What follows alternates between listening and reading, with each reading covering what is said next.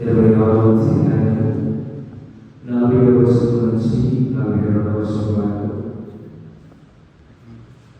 అంతటా ఆయన శిష్యులను వచ్చి వారు నిద్రించుటను గమనించి దేవులతో, ఇదేమి మీరు నాతో కంటే నన్ను మేలుకొనలేకపోయిందిరా? నేను శోధులకు గురి కాకుండాటకు మేలుకొనిన నా మిత్రుడు ఆత్మసిద్ధమైనను దేహము దుర్లభముగా ఉన్నది అన్నాడు. ఇది క్రీస్తుని సువిశేషము. క్రీస్తునామమునందు దేవుని సప్రసన్న ఆరాధనలో దేవుని సప్రసన్నలో ఉన్నటువంటి క్రీస్తు ప్రభువుని మనందరం కూడా స్తుతిస్తున్నాము. ఈ క్షణాన మనందరం కూడా లేచి నిలబడి యొక్క ఆరాధనలు స్తుతి ఆరాధనలు పాట పాడుకుంటూ ఆ యొక్క దేవాతి దేవుడిని స్తుతించుకుందాము.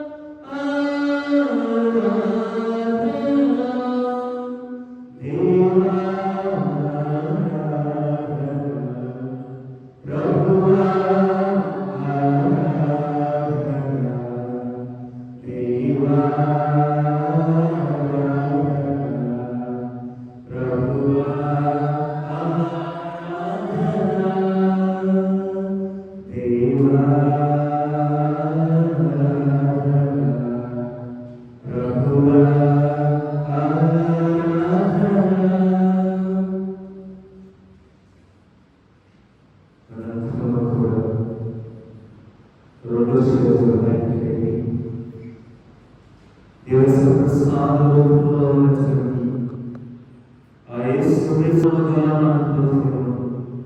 మన ఆత్మను మన శరీరం మన గుణాలను దేవునికి సమర్పించుకుంటూ ఈ క్షణాన దేవుని సన్నిధిలో మన జీవితాలను సమర్పించుకుంటూ దేవునితో అనేక సమయాన్ని గడుపుకుందాం. ఈ క్షణాన దేవుడు మనకు చేసినటువంటి మేలులను జ్ఞాపకం చేసుకొని దేవునికి కృతజ్ఞతలు తెలుపుకుందాం. కీర్తనాకారుడు తెలియజేసినటువంటి విధంగా అన్నిటిలో వైద్యులు గడుపుతుంటే నీ సన్నిధిలో క్షణం గడపడాలు అని కీర్తనాకారుడు తెలియజేసినటువంటి వాక్యములను జ్ఞాపకం చేసుకుందాం. మన ఆలోచనలను మన జీవితాన్ని దివస ప్రసాదనాలలో చేస్తున్నటువంటి ఆ యేసు క్రీస్తు వైపు చూస్తూ మనందరం కూడా ప్రార్థన చేసుకుందాం.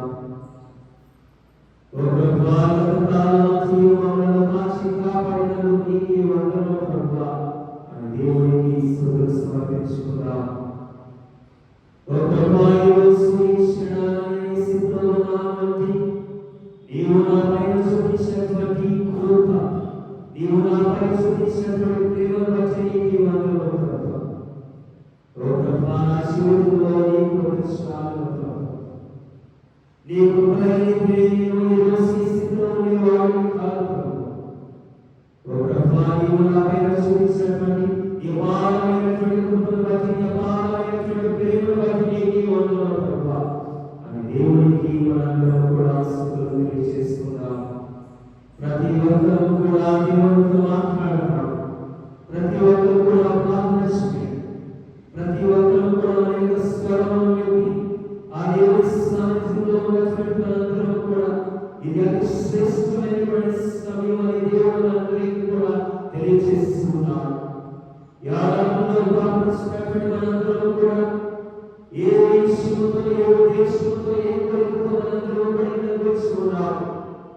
మనందరం కూడా ఆ ఉద్దేశంతో మనందరం కూడా ప్రార్థన చేద్దాం. జీవితంలో జరిపించుకొని ప్రతి ఒక్కరు కూడా ప్రార్థన చేయండి. ప్రతి ఒక్కరు కూడా ఈ క్షణాన్ని ప్రార్థన చేద్దాం. మనందరం కూడా ఇక్కడ ప్రార్థన చేయడానికి వచ్చుకున్నాం. దేవుడితో సమయాన్ని గడపడానికి వచ్చుకున్నాం. అందుకే శిష్యులను హెచ్చరిస్తూ ఉన్నాడు, గణిస్తూ ఉన్నాడు. నేను నాతో సమయం గడపలేదా? మరి అదే ప్రశ్నలు దేవుడు అందరినీ కూడా అడుగుతున్నారు. మరి మన సమాధానం ఏమిటి? మనం ఏ విధంగా దేవునికి సమాధానం ఇస్తున్నాం? మనందరం కూడా ప్రార్థన చేద్దాం. మనందరం కూడా చేతులు పైకి దేవునికి మనందరం కూడా సంపూర్ణంగా మన యొక్క హృదయాన్ని సమర్పించుకుంటూ మనందరం కూడా దేవునికి స్తుతులను సమర్పించుకుందాం.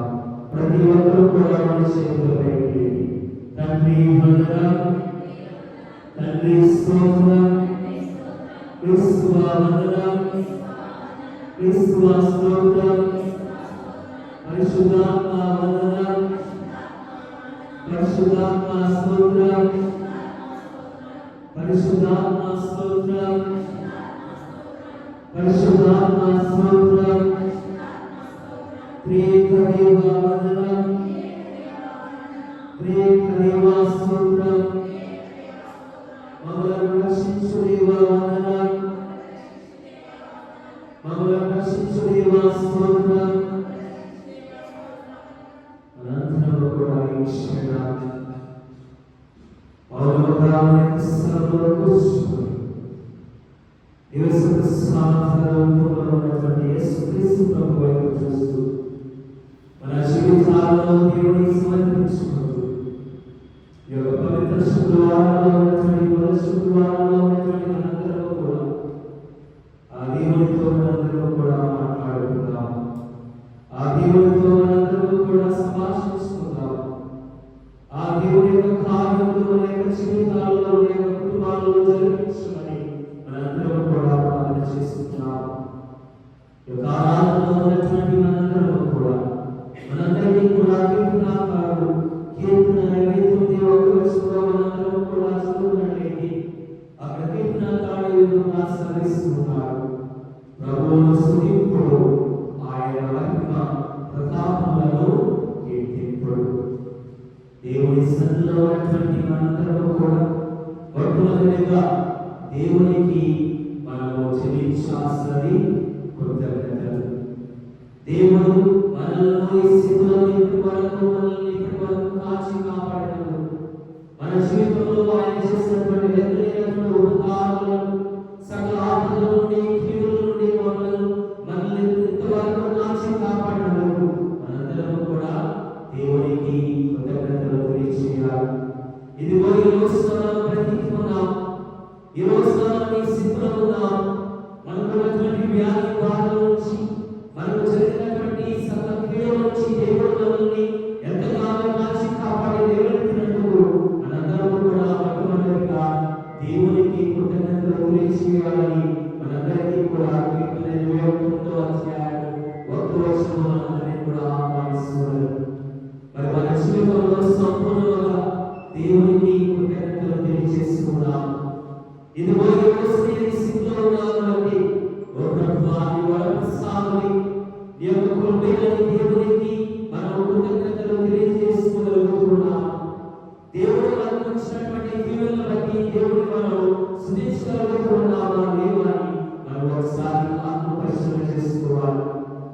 అలాగే ఆరాధనలో పాల్గొంటున్నటువంటి వాళ్ళందరూ కూడా రెండవదిగా మన జీవితంలో మనము దేవునికి వ్యతిరేకముగా చేసినటువంటి పాపములను జ్ఞాపకం చేసుకోవాలి.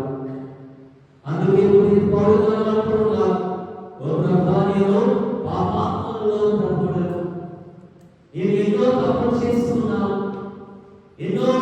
నా జీవితంలో ఎన్నో అపరాధములు, నీకు వ్యతిరేకంగా ఘోరమైనటువంటి కార్యములు, ఘోరమైనటువంటి పాపములను నేను మూట కట్టుకున్నాను ప్రభువా అని మనందరినీ కూడా జ్ఞాపకం చేసుకుంటున్నారు. ప్రతి పౌలు గారు మన జీవితం అనేది చాలా క్షణికమైనది.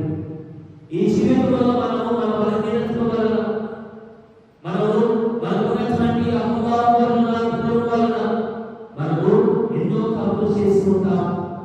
మొట్టమొదటిగా మనము మన జీవితంలో దేవుడిని మర్చిపోవడం, మనము దేవుడిని మర్చిపోయి మన తోటి వారిని కూడా మనకున్న దానిని బట్టి మనము ప్రేమలో పంచుకోలేకపోవడం. అందుకే మనము 26వ గ్రంథంలో మనం చదువుకున్నట్లయితే నీకును నాకును ఈ పాపం అనేది ఒక అడ్డుగోడగా ఉన్నది అని దేవుడు మనందరినీ కూడా హెచ్చరిస్తున్నాడు. మన జీవితంలో ఈ పాపంలో మనం పడిపోయి ఉన్నాం, పాపపు ఊబిలో మనందరం కూడా పడిపోయి ఉన్నాం. కీర్తన 30వ అధ్యాయంలో 2వ వచనంలో చదువుకున్నట్లయితే పాపపు ఊబిలో నేను పడిపోయి ఉన్నాను ప్రభువా, నా పాపములను మన్నించి నా జీవితాన్ని మార్చిన ప్రభువా అని కీర్తనాకారుడు మనందరికీ కూడా తెలియజేస్తున్నాడు. వినాశకరమైనటువంటి గొంతు నుండి ఆయన నన్ను బయటకు లాగను, నన్ను కొట్టకుండా నిలిపి నాకు భద్రతను కల్పించాడు. ఈ రోజున మనం పాప స్థితిలో ఉన్నాం కానీ దేవుడు మనందరినీ కూడా ఆహ్వానిస్తున్నాడు.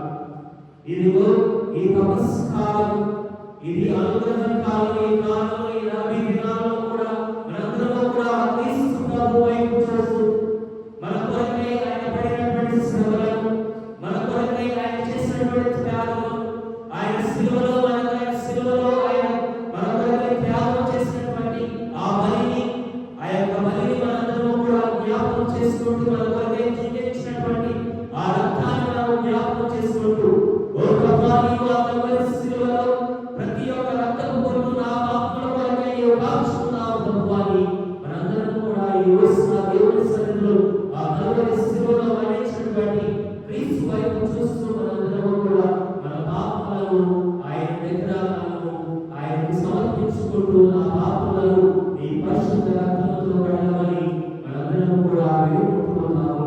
ప్రియమైనటువంటి సహోదరులారా, సహోదరులారా, అందుకే మనం మొదటి పేతురు రాసిన లేఖనంలో 24 మనం చదువుకున్నట్లయితే ఆయన పొందిన కార్యాల చేత మనకి స్వస్థత లభించినది. ఆయన కలువరి శిలువలో మన పాపములను తలపై ఉంచుకొని శిలువ ఆమెపై మోపెను మన పాపములని తన యొక్క శిలువలో మోస్తున్నాడు అని పరిశుద్ధ గ్రంథం మనందరికీ కూడా తెలియజేస్తున్నది. అలాగే విషయాలను 53 మనం చదువుకున్నట్లయితే నీవు పొందిన గాయాలచే నాకు స్వస్థతనిచ్చావు అని మనందరికీ కూడా చాలా స్పష్టంగా అర్థమవుతున్నది. అలాగే ఎఫెసీయులకు రాసిన 1:7 మనం చదువుకున్నట్లయితే క్రీస్తు రక్తం వలన మనం విముక్తులమైతిమి, ఆయన గొప్ప ఐశ్వర్యం వచ్చి మన పాపములు క్షమింపబడినవి అని పరిశుద్ధ గ్రంథంలో మనందరికీ కూడా తెలియజేస్తున్నది. ఇక కూడినటువంటి మనందరం కూడా మనము దేవునికి వ్యతిరేకంగా చేసినటువంటి ప్రతి పాపమును దేవుని దగ్గర మనం ఒప్పుకోవాలి. ఓ ప్రభువా, నా పాపములన్నిటినీ క్షమించండి ప్రభువా అని మనము దేవుని దగ్గర పశ్చాత్తాపపూర్వకమైనటువంటి హృదయముతో, వెలిగినటువంటి హృదయముతో మన పాపములను దేవుని దగ్గర క్షమించమని అడగాలి. అందుకే ఏమంటున్నారు, ఈ తపస్కాలం మనం ఏం చేయాలని కోరుకుంటున్నాడు? కఠినమైనటువంటి మాటల నుండి, తొందరపాటు తీర్పుల నుండి మనము దూరంగా ఉండాలి. మన జీవితంలో కూడా మనము చాలా ఎక్కువగా చేసినటువంటి పాపములు ఏమిటి? మన మాటల ద్వారా మనము ఎక్కువగా తప్పులు చేసుకుంటాం. మరి మనం చేసినటువంటి తప్పిదములు మన కుటుంబ సభ్యులతో, మన తోటి వారితో మనము వారిని దూషించినటువంటి విధానం బట్టి మనము ప్రతి ఒక్క తప్పును జ్ఞాపకం చేసుకొని దేవుని దగ్గర కన్నీటితో, ఏడుపుతో, దుఃఖంతో మన పాపములను మన్నించమని దేవుని దగ్గర మనము వేడుకోవాలి. ఈ తపస్కాలంలో మనం మొట్టమొదటిగా ఏం చేయాలి? మన పాపములను మన్నించమని ఆ దేవాది దేవుని మనందరం కూడా హృదయపూర్వకంగా కోరుకోవాలి. అంటే తపస్కాలంలో దేవుడు మన నుండి కోరుకునేది పరిశుద్ధమైనటువంటి జీవితాన్ని మనందరం కూడా జీవించమని దేవుడు మనందరినీ కూడా కోరుకుంటున్నాడు. అందుకే దేవుడు మనం దావీదు మహారాజు అంటున్నాడు, ఓ దేవా, నేను పాపాత్ముడను, నా పాపములను క్షమించండి, నా పాపములను క్షమించి నాకు నిర్మలమైనటువంటి హృదయమును నాకు దయచేయండి ప్రభువా అని దేవుని దగ్గర కోరుకుంటున్నాడు. మనము కూడా మనం చేసినటువంటి ప్రతి ఒక్క తప్పిదములను దేవుని దగ్గర మన్నించమని కోరుకోమని, మన యొక్క జీవితంలో పరిశుద్ధముగా జీవించేటటువంటి శక్తిని ఆ దైవ కృపను మనందరికీ కూడా దయచేయమని మనందరం కూడా ఈ యొక్క ఆరాధనలో మనందరం కూడా ప్రార్థించుకుందాం. మనందరం కూడా కలిసి పరిశుద్ధ జీవితం జీవించడానికి శక్తి సరిపోయేది అనేటటువంటి ఈ యొక్క పాటను పాడుకుంటూ ఆ యొక్క దైవాత్మను మనందరికీ కూడా దయచేయమని మనందరం కూడా ఈ పాట పాడుకుంటూ దేవుని స్తుతించుకుందాం. పరిశుద్ధ జీవితం జీవింప నా శక్తి నాకు సరిపోయేది. పరిశుద్ధ జీవితం జీవింప నా శక్తి నాకు సరిపోయేది. మళ్ళీ మళ్ళీ పడిపోకుండా నీ ఆత్మతో ఆదుకో యేసునాథా. మళ్ళీ మళ్ళీ పడిపోకుండా నీ ఆత్మతో ఆదుకో యేసునాథా. పరిశుద్ధుడా పరిశుద్ధుడా పరిశుద్ధుడా పరిశుద్ధుడా పరిశుద్ధ నదిలో నన్ను ముంచుమా. పరిశుద్ధ రక్తముతో నన్ను కడుగుమా. పరిశుద్ధ నదిలో నన్ను ముంచుమా. పరిశుద్ధ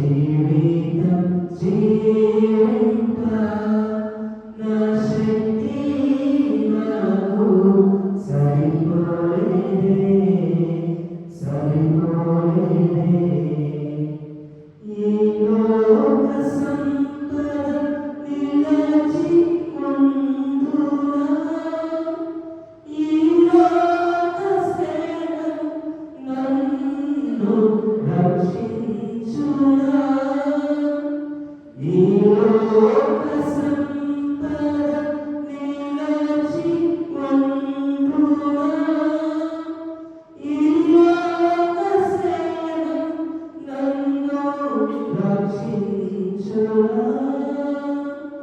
లోకమంతా నేను సంపాదించి ఆత్మలు కోల్పోయిన లాభం ఏమి?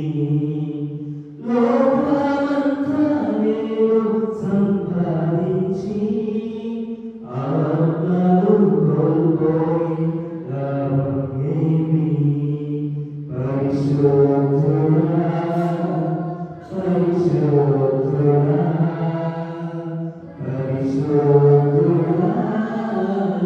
పరిశోధన పరిశోధ నదిలో నన్ను ఉంచుమా పరిశోధ రక్తముతో నన్ను కడుగుమా పరిశోధ నదిలో నన్ను ఉంచుమా పరిశోధ రక్తముతో నన్ను కడుగుమా పరిశుద్ధ జీవితం జీవింప నా శక్తి నాకు సరిపోలేదే సరిపోలేదే పరిశుద్ధ జీవితం జీవింప నా శక్తి నాకు సరిపోలేదే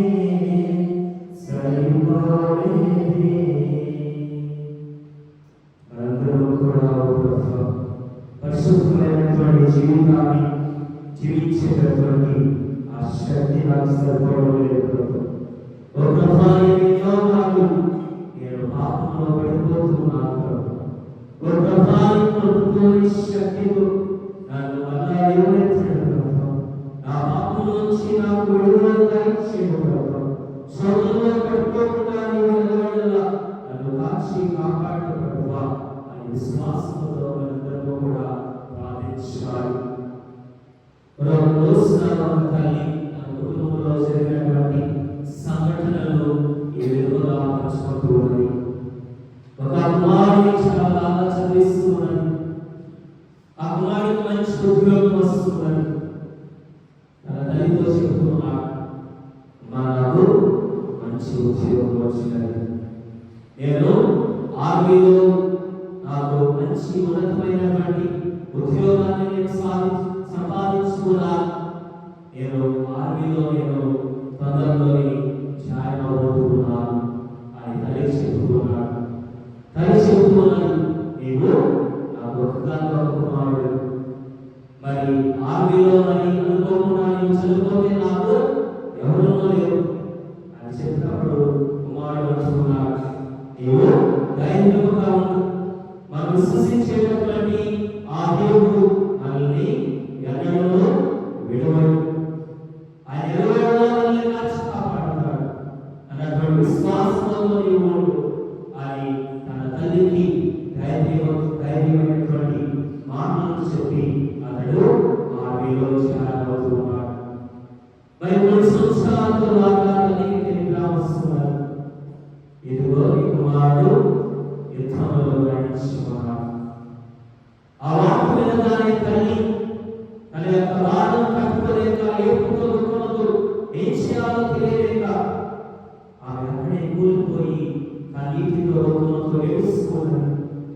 నా ఉన్నటువంటి ఒకదానిలో ఒక కుమారుడిని కోరుకుంటున్నా, అయినా కానీ నా కుమారుడు చెప్పినటువంటి ఒకే ఒక మాట, మనం విశ్వసించేటటువంటి దేవుడు ఎన్నడూ మనల్ని విడవడు అన్నటువంటి విశ్వాసంతో కన్నీటితో ఆమె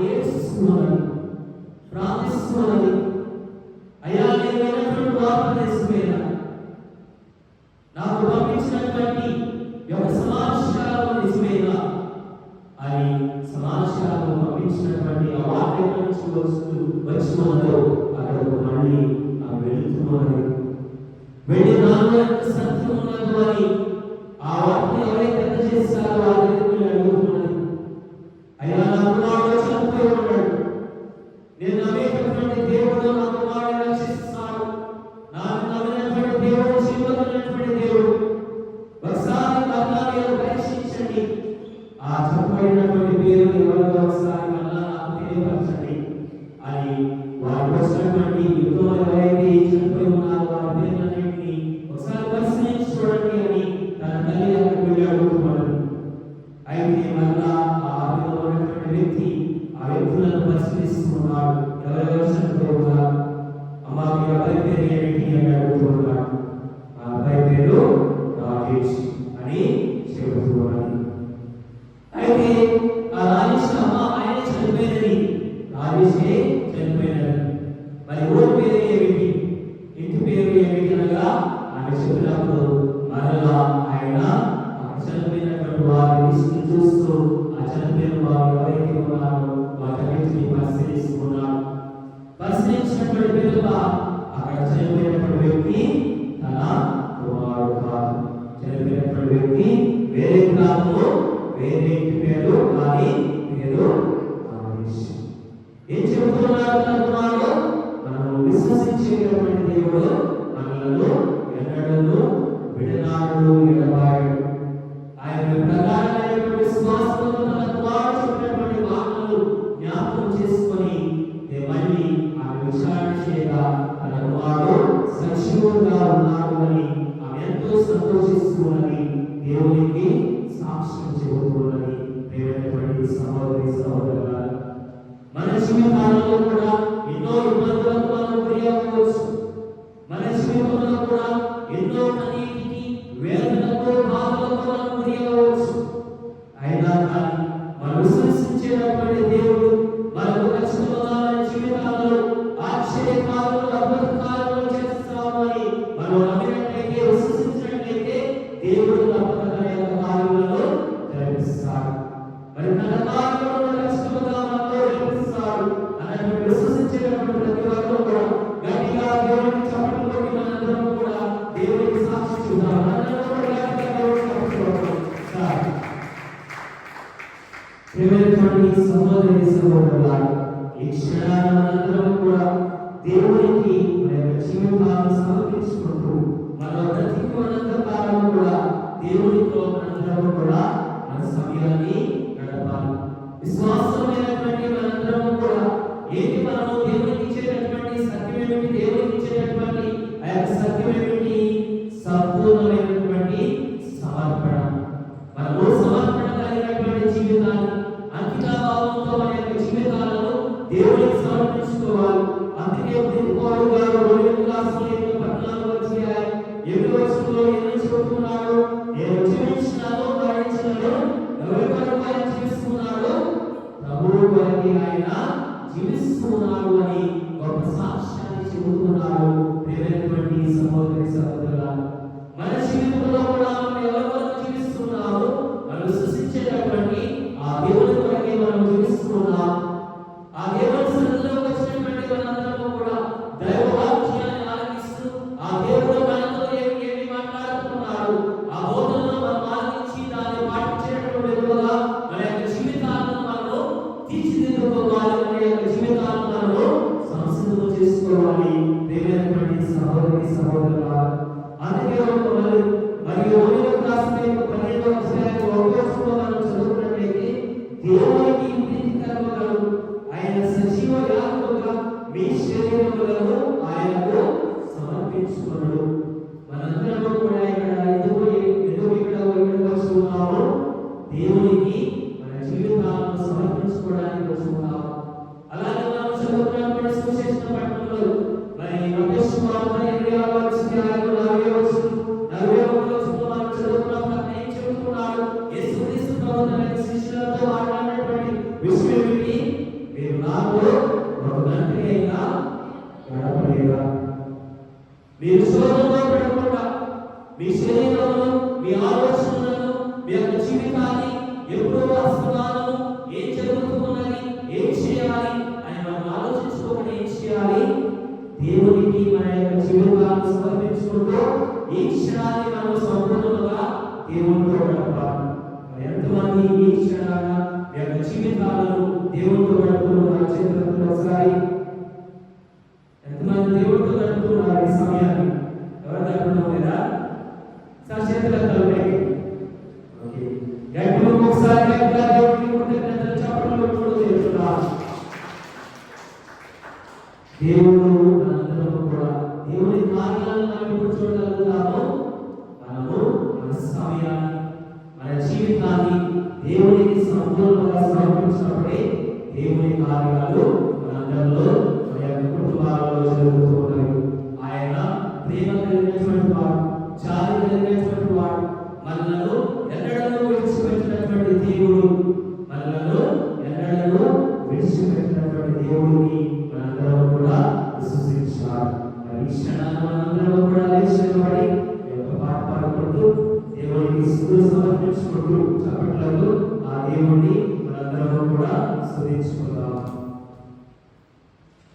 ఎంత ప్రేమ, ఎంత కరుణ నా యేసయ్యా, ఎంత జాలి, ఎంత సహనం నా యేసయ్యా, ఎంత ప్రేమ, ఎంత కరుణ నా యేసయ్యా, ఎంత జాలి, ఎంత సహనం నా యేసయ్యా, నా యేసయ్యా, నా యేసయ్యా, నా యేసయ్యా, నా యేసయ్యా, నా యేసయ్యా, నా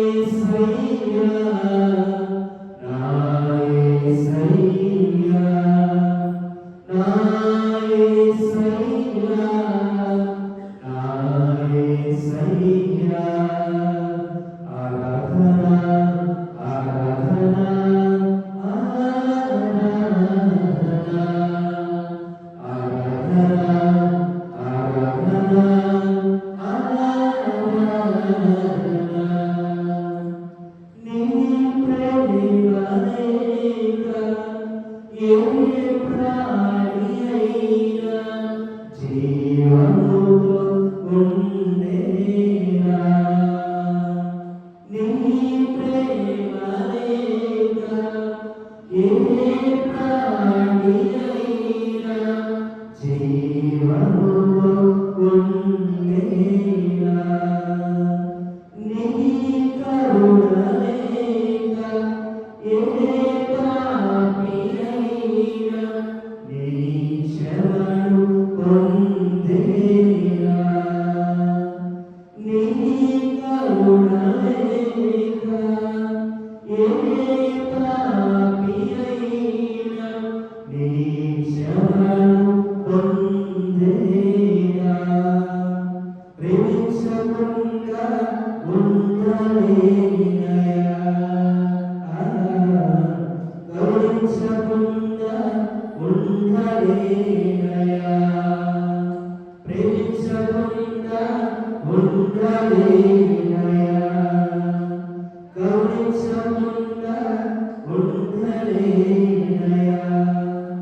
నా యేసయ్యా, నా యేసయ్యా, నా యేసయ్యా, నా యేసయ్యా, నా యేసయ్యా, నా యేసయ్యా, నా యేసయ్యా, నా యేసయ్యా.